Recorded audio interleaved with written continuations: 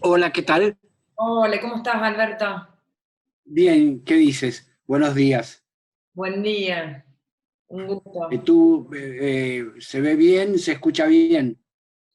Perfecto. ¿Vos también me Bueno, escuchás bien? sí, sí, sí, sí, te veo bien, es un gusto conocerte. Eh, Además Igual. hay una sorpresa que seguramente va a aparecer en tu reportaje. Buenísimo, un gusto. Para mí también, Alberto. Bueno, empezamos. Eh, Adelante. Alberto, ¿cómo vivís estos días de aislamiento social? Bueno, empezaría por una anécdota que me permite mm, tu gesto cordial de invitarme a dialogar, porque tú llevas el nombre de mi hija mayor, o mi hija mayor lleva el nombre de Yamila, lo cual me permite de entrada ya estar en tu pregunta, porque es interesante cómo la formulas. Aislamiento social, o sea, no hay aislamiento por fuera de lo social. El aislamiento es parte de la sociedad. En este momento adquiere características eh, particulares debido a este pandemonium llamado virus, que viene además acoplado con otros virus, ¿no? El pandemonium informático, el hecho de que cada quien tiene que hacer frente a una situación nueva en la vida y una situación donde aparecen temas que son delicados. Entonces, comparto el aislamiento con quienes están aislados. Entonces nos queda una pregunta. ¿Estamos aislados o tenemos un aislamiento compartido? Yo creo que tiene más que ver con lo segundo, por suerte. No es Frente, lo mismo que lo que presentó una película que seguramente debes conocer, La noche de los 10 años, que se refiere a 6 o 7 dirigentes políticos del Uruguay, entre otros Pepe Mujica, que estuvieron 10 años, entre comillas, aislados. La pretensión era darles un aislamiento absoluto, y la experiencia que fueron haciendo cada uno de ellos se las ingenió para encontrar allí una forma de vivir. frente a esta situación de incertidumbre y de quedarse, yo me quedo en casa, ¿sentís que estamos perdiendo nuestros derechos individuales? Bueno, si retomamos la pregunta anterior, eh, yo pondría entre comillas lo que queremos decir con derechos y con derechos individuales, ¿no?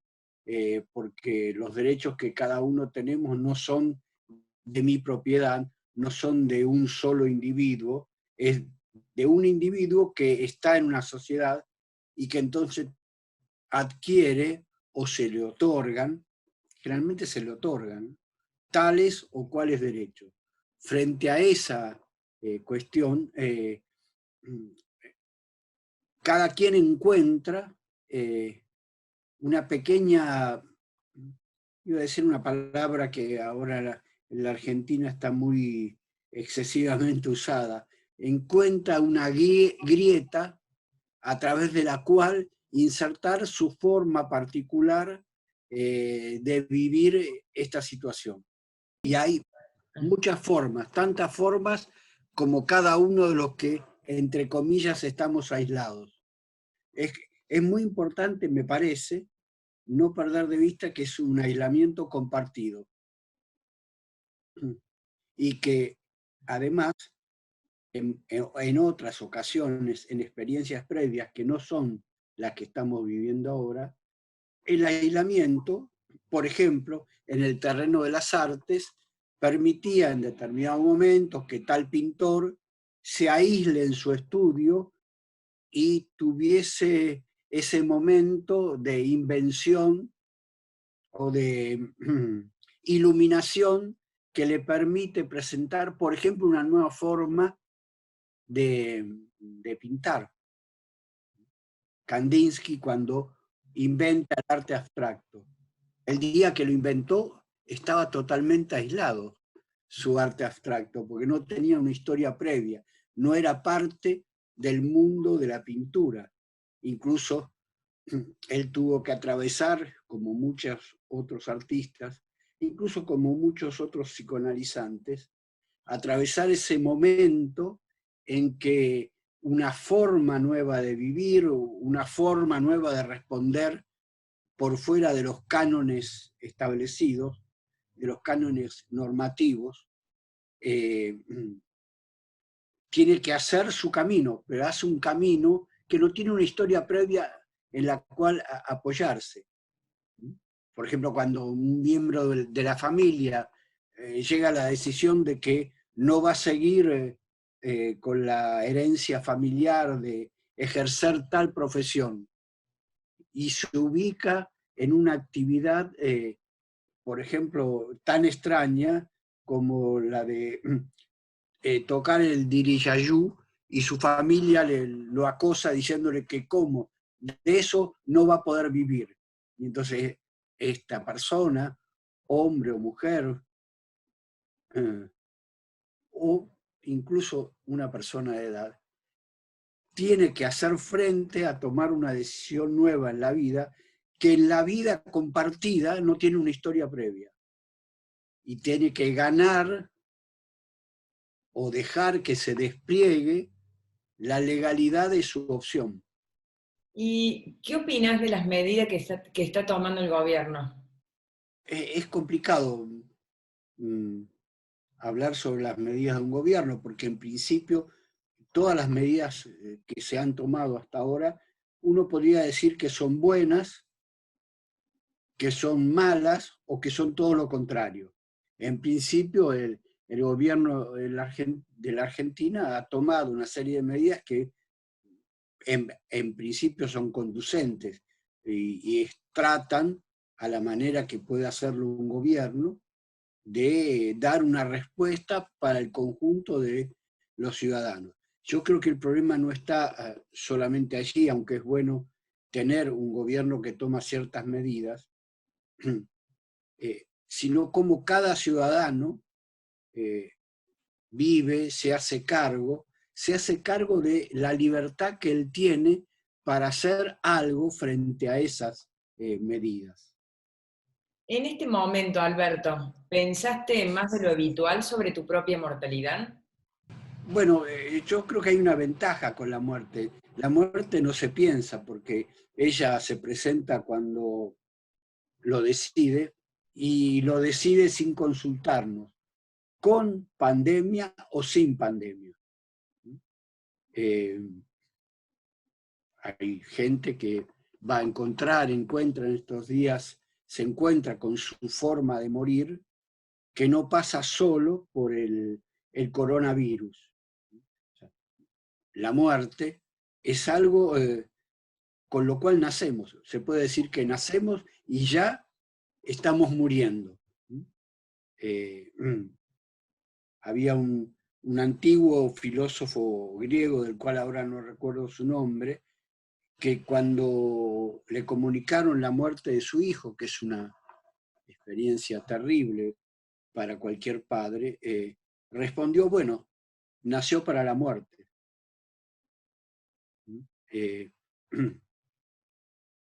Entonces, sí, en estos momentos, a cada uno tenemos que compartir la posibilidad concreta de una muerte que uno siempre piensa hacia el futuro. Digamos. Son muy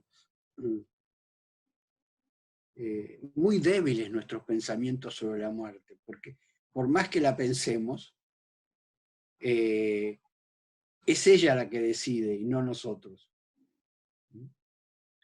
Uno puede tener muchos pensamientos sobre la muerte, incluso, ¿por qué no prepararse para la muerte? Creo que en ese sentido el psicoanálisis lo que enseña es que la mejor manera de prepararse para la muerte es vivir hoy. Vivir en las condiciones que podamos ejercer nuestra libertad, ejercer nuestra voluntad para elegir una cierta forma de vivir. Incluso hay algunos que eligen una cierta forma de morir porque consideran, es el caso de lo que se conoce en general como el suicidio, que es preferible morir que seguir viviendo la vida que tenían.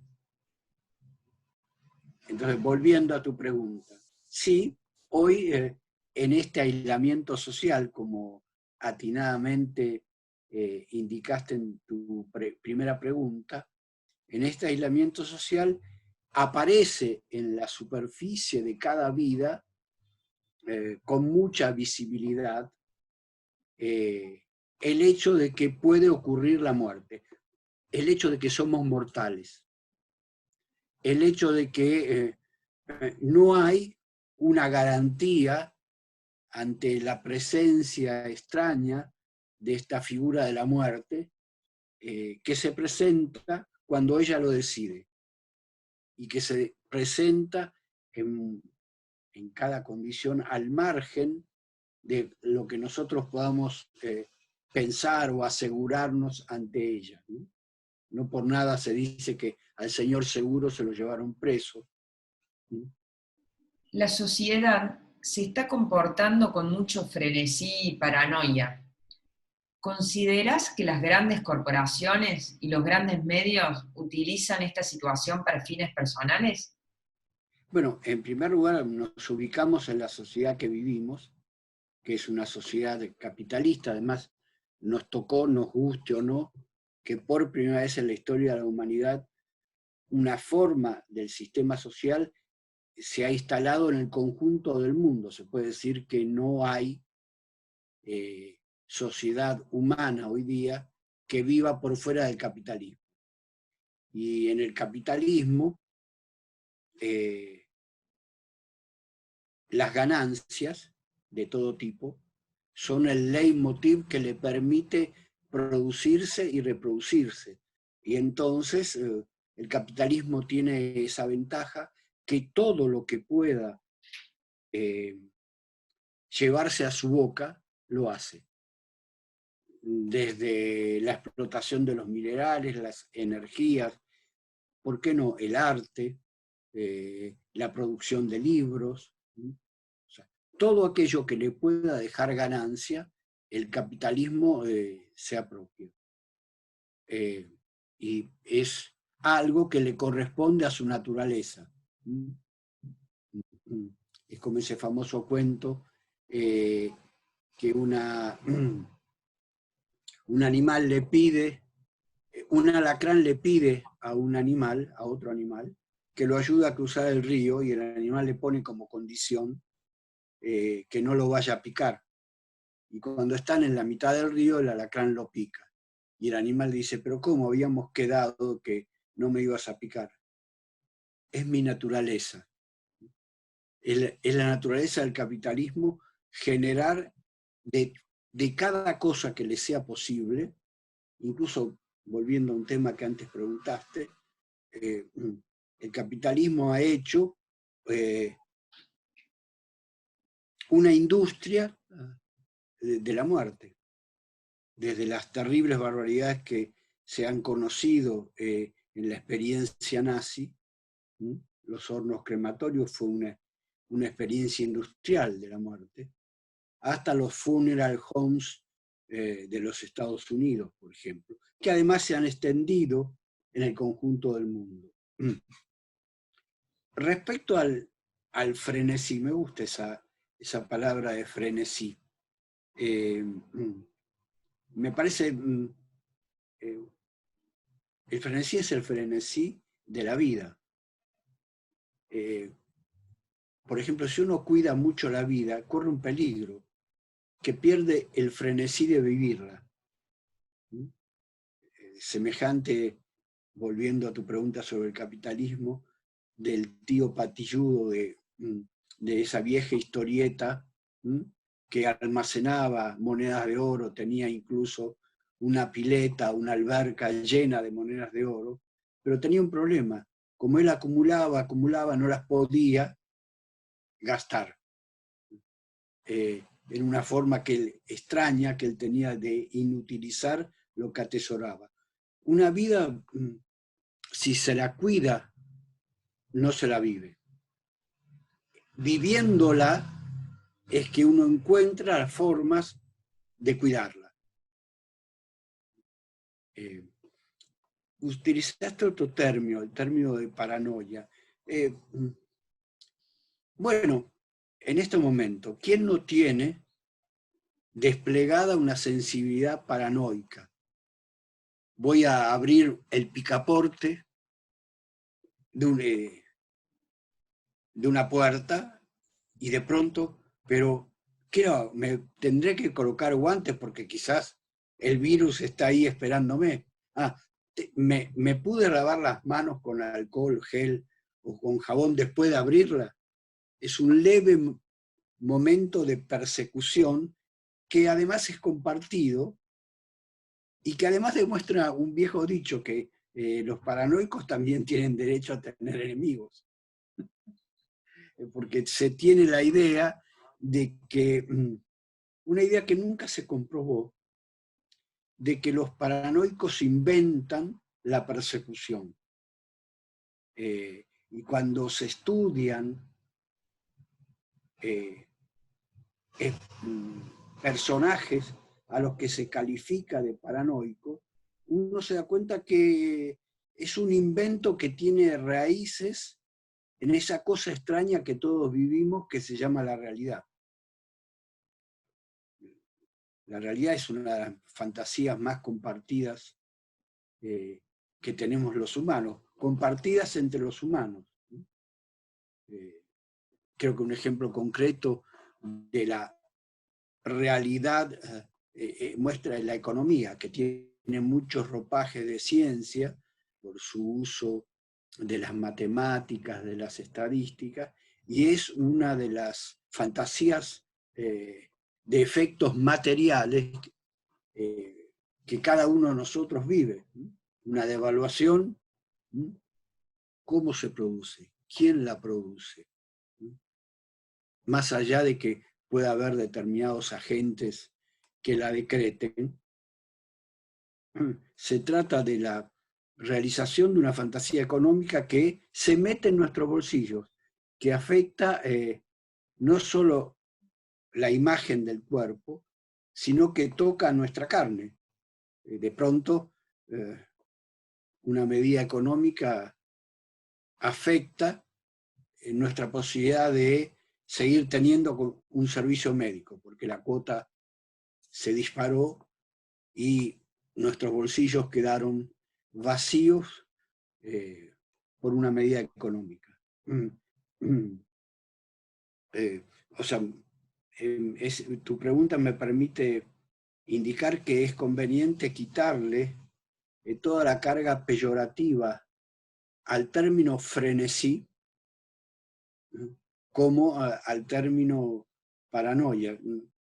Creo que una cuota que cada quien pueda desplegar de frenesí para vivir la vida en estos momentos es una forma de hacer frente a la incertidumbre.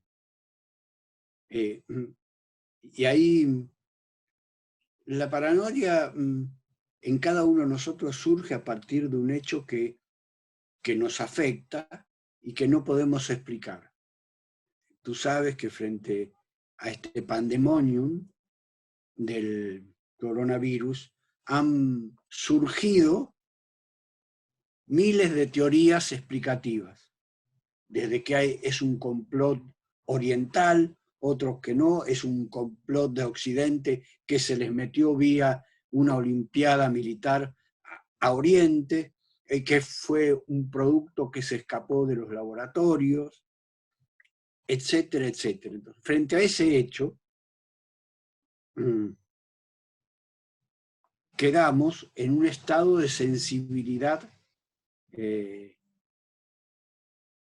paranoide. Nos miramos, tenemos que guardar su sana distancia con cada uno de nuestros semejantes, estamos ante un hecho nuevo. La necesidad de interpretarlo, no de leerlo, de interpretarlo genera una paranoización de nuestras vidas que nos desprotege, que en muchos casos nos desprotege. ¿Por qué? Porque un hecho nuevo nos plantea una pregunta: ¿cómo vivir ante un hecho nuevo? Apelo a un mito histórico ocurrido en la Argentina durante la dictadura militar, donde había una elevada dosis de persecución organizada en la realidad por la misma dictadura. Un grupo de dirigentes sindicales, uno de esos dirigentes, una noche, después de tener una reunión, les comienza a dar un beso a cada uno. Dicen que es la primera vez que surgió en la Argentina el hecho de que los hombres se recibieran o se despidieran con un beso. Hasta ese momento era algo que solo practicaban las mujeres y que incluso era mal visto, afectaba la hombría, que un hombre besara a otro hombre. ¿Por qué? Y entonces le preguntaron por qué los besaba. Y porque no sabemos si mañana nos vamos a ver, si mañana vamos a estar. Es interesante. Ahora, volvemos a nuestros días. ¿Qué va a pasar con el beso? Sabemos que ahora se trata de una operación arriesgada, donde se arriesga el vivir intensamente un hecho afectivo. ¿Qué va a ocurrir en el después de la pandemia? Es interesante observar. A mí no me gusta mucho la futurología. Yo creo que el mejor futuro es vivirlo hoy.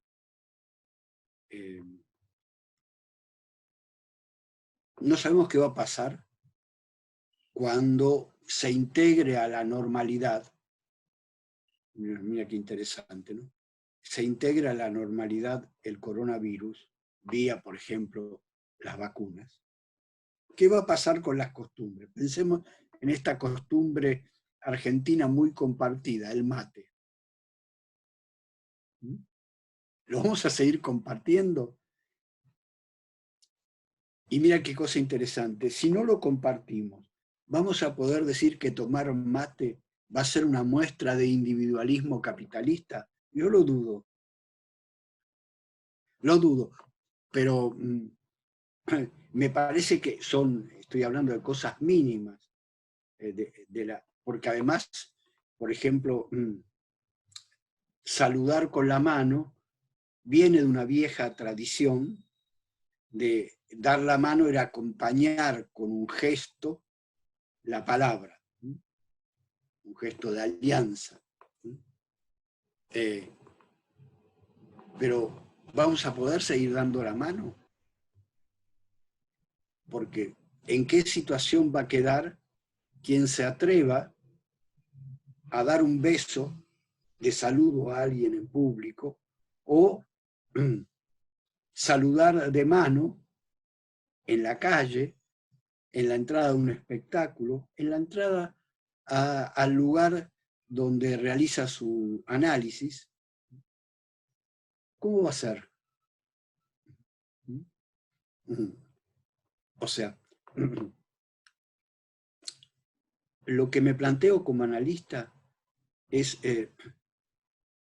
ver cómo encontrar formas de vida en la actualidad. Voy a utilizar una expresión un poco extraña. Esta actualidad en la que vivimos, generada a partir del coronavirus, entre otras cosas, nos introduce en un agujero. Tú indicabas en tu segunda pregunta, bueno, cómo se vive hoy, o si yo era afectado o no, más que antes, por el tema de la posibilidad de la muerte. Eso que esta sociedad había generado como alejándolo, tú sabes que incluso se llegaron a construir hospitales donde era muy difícil hacer la diferencia entre un hospital y un hotel de lujo. Incluso se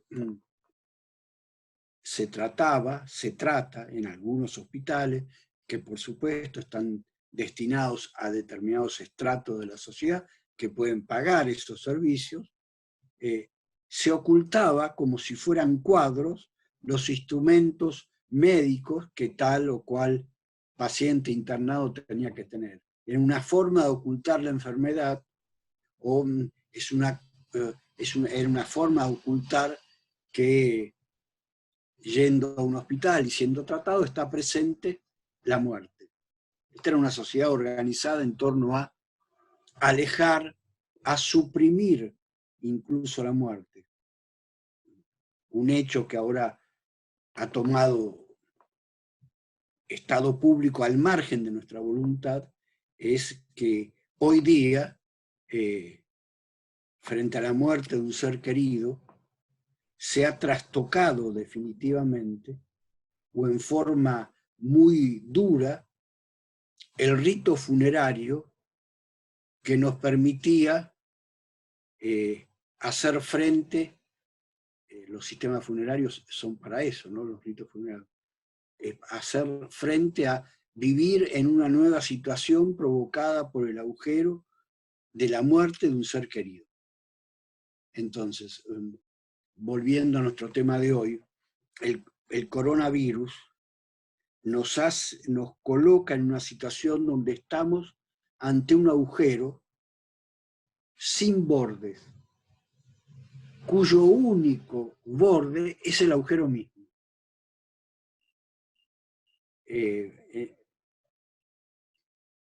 Puede ser un poco complicado si tú me quieres hacer ayúdame haciéndome alguna pregunta, porque no logro,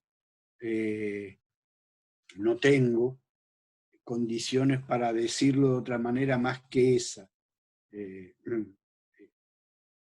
Vivir en un agujero sin bordes, cuyo borde es el agujero. Solamente se me ocurre una ocurrencia que tuvo Freud, que decía que cuando uno se enfrenta a una lengua extranjera, a una lengua que uno no habla, hace la experiencia de estar ante un agujero. Y lo que trata de hacer es conducir los sonidos que salen de ese agujero, de esa lengua que no habitábamos, reconducirlos a nuestra lengua materna, para tratar de movernos ante ese agujero nuevo, que es enfrentar una lengua nueva. Hoy día creo que vivimos una situación semejante. Considero que hay muchas formas. Una forma es tratar a este agujero como parte de lo ya conocido. Me parece que es una forma legítima, como otras. La otra forma es vivir en ese agujero. Por ejemplo, creo que seguramente en tu actividad, esto que estamos haciendo, no voy a exagerar mucho, los dos, yo soy muy joven, muy pequeño de edad, que hace un año, seguramente ni tú ni yo pensábamos que esto, que nos mantiene a distancia, nos incluye estando cerca.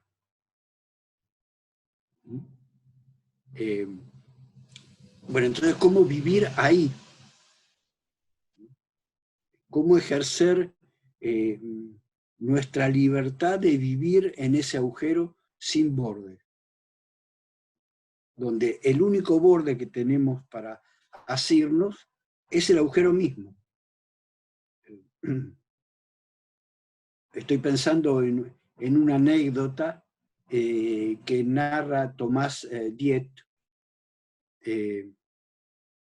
Tomás Diet era el campeón, uno de los campeones mundiales de el esquí libre, el esquí sin ruta previamente trazada. Se podía decir una especie de esquí de asociación libre, para acercar el esquí al psicoanálisis. Obviamente que Tomás Diet, así lo narra Jan Aluye en uno de sus libros, Tomás Diet se preparaba, hacía ejercicio físico, planificaba el estado de la montaña, leía, como los que practican el surf, leía la nieve se puede leer, hay diferentes formas de nieve, los esquimales distinguen hasta 43 grados de blanco, distinciones en el blanco para saber la consistencia de la nieve y de los hielos. Bueno, Tomás Diet hace todo eso, se lanza, y en un lugar donde habían previsto que había un salto, que para él, voy a decir, para él era algo totalmente normal, un salto de 20 metros. A mí 3 centímetros ya me empiezan a plantear graves problemas. Y lo que ve es que tiene mucho más, que no son 20 metros. En ese momento, si él se pone a pensar, me equivoqué, tengo que cambiar de ruta, perdía el esquí y perdía la vida. Entonces, después de hacer ese salto, hacerlo sin pensar, él declaró: reflexionar es claudicar. En este momento tenemos que hacer con libertad, con voluntad, junto con otros. Me interesó mucho esta propuesta tuya de aislamiento social, ¿no? Articular dos cosas aparentemente antinómicas, ¿no?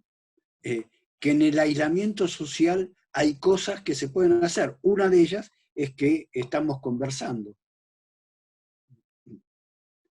que se reproduce en otras instancias de la vida. Parece que el día de mañana un famoso y viejo conjunto de rock, Pink Floyd, va a dar un concierto que va a estar en todas las casas donde estemos aislados, si es que queremos escuchar el concierto. Cosa que antes era todo un problema, asistir a un concierto, conseguir la entrada, etcétera, etcétera, etcétera. Bueno, esa es una novedad. De pronto, gente que estamos atravesados por diversas lenguas, vamos a estar escuchando la música de Pink Floyd.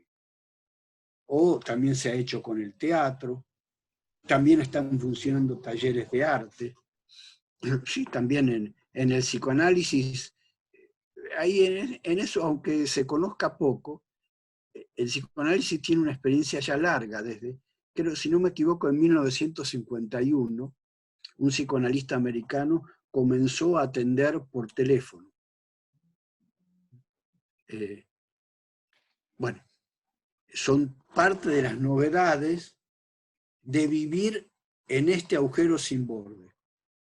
Cuando digo un agujero sin borde, no sabemos cuándo se levanta la cuarentena, no sabemos cuándo va a venir una vacuna, no sabemos si viene la vacuna, qué va a pasar, pero ¿qué hacer hoy con nuestras vidas? Con nuestras formas nuestro frenesí de vivir la vida que tenemos ganas de vivir.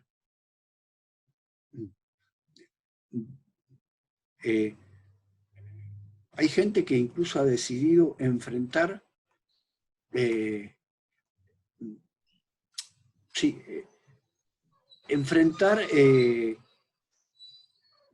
al virus siguiendo con sus actividades llamadas normales.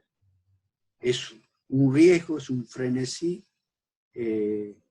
vital. Hay otras que encontramos otras formas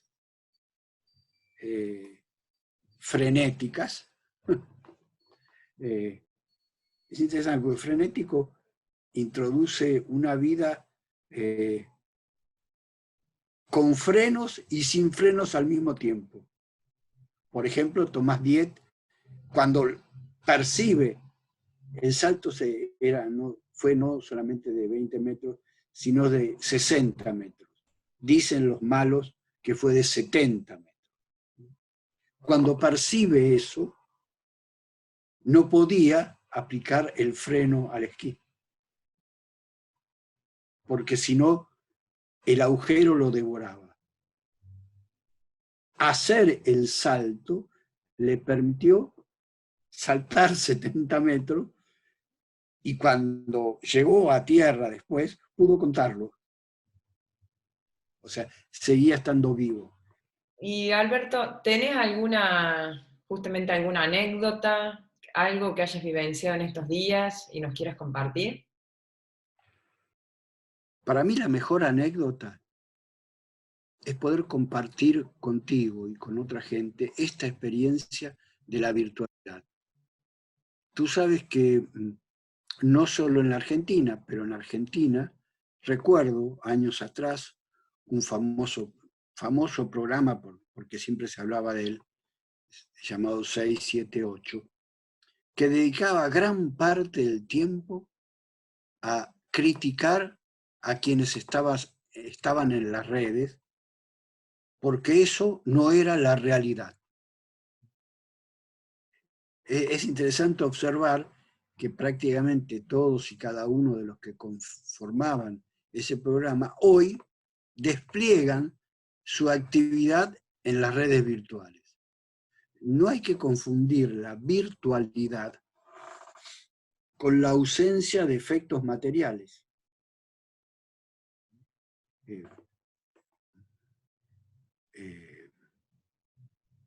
Se me ocurre narrar un episodio que está en la literatura de la red, de un joven, un adolescente, que vivía en Alemania y que por determinadas circunstancias decide asistir a su escuela secundaria con una granada y 2 armas para ajustar cuentas con quienes lo tomaban como objeto de broma. Este joven tenía en ese momento amistad con gente del mundo vía la red, dialogaba con un amigo que estaba en Australia. Él estaba en Alemania y el amigo en Australia. El amigo tuvo el tino de darse cuenta que había algo que estaba raro en un mensaje que acababa de recibir, se ponen en contacto desde Australia con Alemania, y para hacerla breve, este amigo le permite encontrar un camino para ajustar cuentas con quienes lo molestaban sin recurrir a lo que se llama una masacre, un atentado. Eso fue posible por la conexión de las redes. O sea, el mundo virtual tiene efectos materiales en cada una de nuestras vidas. Bueno, Alberto, muchísimas gracias por tus enriquecedoras reflexiones y espero que te hayas sentido cómodo. Sí, yo me sentí muy cómodo de entrada porque, bueno, en primer lugar por tu invitación, en segundo lugar porque recién hoy a la mañana, debo confesar, que dije, voy a encontrarme con Yamila. Y de pronto pensé, pero ¿con qué Yamila? ¿Con cuál Yamila? ¿Con Yamila la periodista o con Yamila, mi hija mayor que vive en México? Esa fue una de las sorpresas. Para mí fue un momento agradable. Disculpa si he delirado más de la cuenta, ¿no? Recuerda que delirar es tocar la lira de otra manera, de lira. Te agradezco mucho. Bueno, no, muchas gracias a vos. Seguimos en contacto. Okay. Bueno, muy bien, seguimos en contacto. Hasta luego. Gracias. Gusto.